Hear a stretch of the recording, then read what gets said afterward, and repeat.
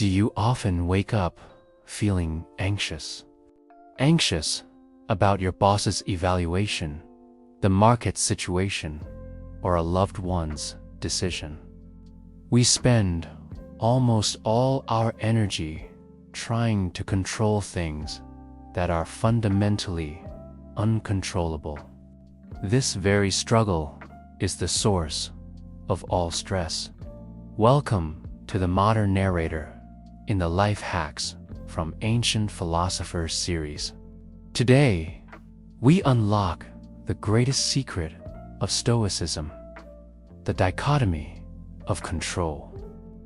This is the key to freeing yourself from all pressure. This philosophy was perfectly distilled by the Stoic philosopher Epictetus, a former slave. Some things are in our control, and some are not. Only when you understand this will you find peace and freedom. The dichotomy of control divides everything into two simple boxes. 1. Things in your control, your judgments, intentions, actions, and reactions. 2. Things not in your control, your body, possessions, reputation, other people's actions, and outcomes. The simple truth is, nothing external can harm you unless you allow it. Things outside our control don't cause suffering. Our judgments and hopeless desires for them do. When your boss criticizes your work outside control, your suffering doesn't come from the criticism, but from your judgment that I am a failure inside control. If you change the judgment to, this is data needed for improvement, the suffering dissolves. Let's look at the two most stressful areas. 1. Work. You control the thoroughness of your report, action, and your attitude during the presentation. You do not control whether the client buys the product outcome or whether your boss likes your idea. Other people's judgment. 2. Relationships. You control how you express love and respect action. You do not control whether the person reciprocates your feelings or whether they are honest. Place 100% of your energy into your control box. Why is it so hard for us to let go? The human brain hates uncertainty. We create the illusion of control, the false belief that by worrying, by over-preparing, we can influence the outcome. Worry is not preparation. It is a useless energy fee you pay for things you do not own. The Stoic philosopher Marcus Aurelius said, "Our soul takes the color of our thoughts." But the intense desire for a different outcome than what is happening. You don't suffer because you lost your job. You suffer because of your desire to have that job.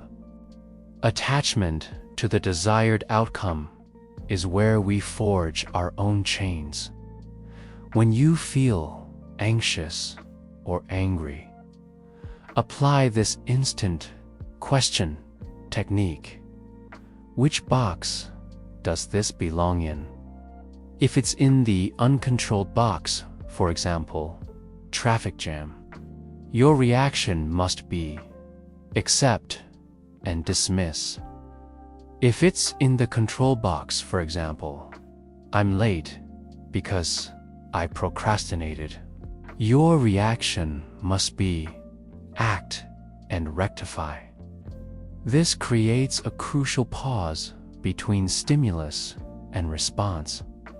Stoic happiness is not about having a perfect outcome, but about achieving personal excellence through your own effort.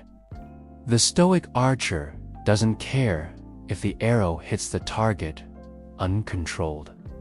They only care about executing the process perfectly.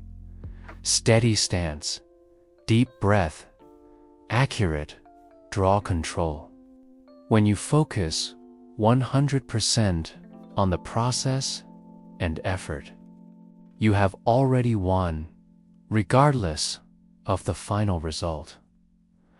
Marcus Aurelius taught us, accept life as a chaotic arena. People will behave irrationally. Markets will crash. The weather will be terrible. That is the rule of the game. When you accept this rule, negative events are no longer an injustice. They are merely data and conditions necessary for you to apply virtue like patience, courage, fairness. Stoicism doesn't promise success or wealth. It promises absolute freedom, freedom from anxiety, anger, and fear.